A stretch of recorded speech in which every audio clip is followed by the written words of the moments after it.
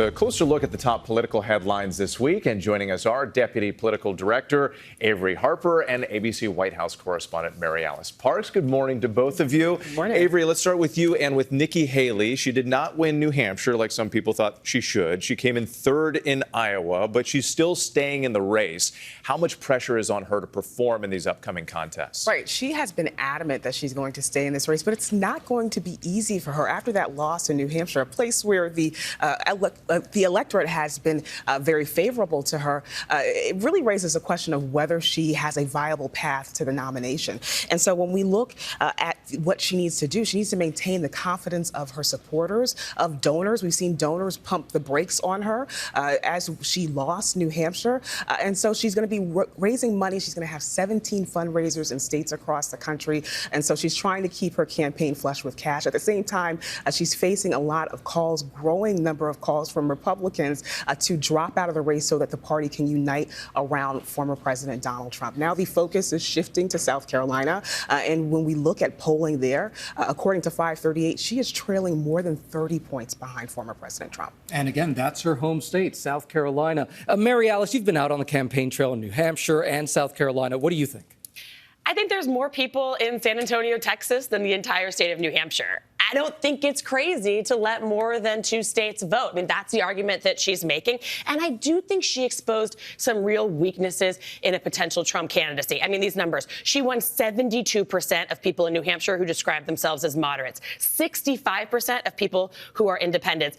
It is really hard to win a general election without moderates or independents. I mean, you can't, actually. So Republicans have to think about whether their first priority is setting themselves up for success in a general election. And I also think that we're seeing on the trail more voters potentially animated to support Haley because of Trump's attacks against Haley. In the last few days, he's mocked her clothes, he's mocked her race, he's made fun of her given name. And I've met a lot of Republican voters that just don't want to be associated with that kind of behavior. She sees that as a path. We're seeing her lean in there. But of course, Democrats, they're out in full force right now. I mean, this weekend alone, the president in South Carolina, the vice president in Nevada, they've moved White House staff to the campaign. They are in go mode for really a general election at this point. And Averi, you've been out on these campaign trails for weeks now. You've been talking with voters. What are they saying about the campaigns? Right. It's not just me that's been out. We have an entire team of campaign reporters who are talking to voters all of the time. I'll tell you that when it comes to the race, there's a lot of voters who are not particularly excited about the potential of a rematch between President Biden and former President Trump. There are voters who express concerns about the ages of both men. In terms of the Republican primary, I think there are lots of voters, including Republicans, who see a momentum behind former President Trump. And then in terms of the issues, I think across the board, in every place that we go to, voters are the most concerned about the economy.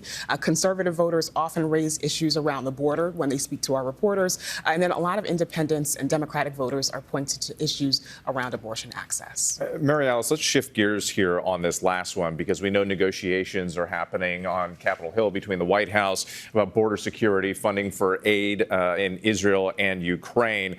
President Trump, though, seeming to suggest that he doesn't want Republicans to support this. So is this potential deal now up in the air? It seems like it. Look, President Biden is begging Republicans to send them this bill, a deal on immigration. And just last night, he put out a statement. We've confirmed some of these details. He said that the deal that they're working on would give the White House administration new broad authorities to essentially shut down the border if it reached capacity in terms of encounters, people trying to cross the border on a given day, that it includes thousands of new Border Patrol agents, money for hundreds of new immigration judges, new technology to try to detect and stop fentanyl. But you're right. We've seen in the last few days former President Trump weighing in. He posted and said he didn't think Republicans should back this because it could be a gift for Democrats. I mean, think about that.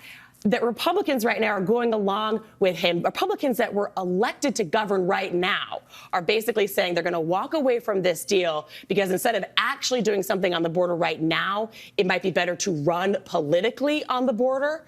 That is remarkable. And to Averi's point, it's sad for voters. I mean, voters tell us all the time they actually, of course, care about the issue. They are worried about what they're seeing on the border. They want something done. And I do think that it's going to be tough for Republicans to continue to bring up the border if they walked away from this potential deal. We see this time and time again, too, especially on this issue where politics, the campaign, gets in the way of actually getting things done on Capitol Hill.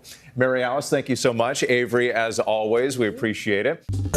Well, hey there, GMA fans. Robin Roberts here. Thanks for checking out our YouTube channel. Lots of great stuff here. So go on, click the subscribe button right over here to get more of awesome videos and content from GMA every day, anytime. We thank you for watching, and we'll see you in the morning on GMA.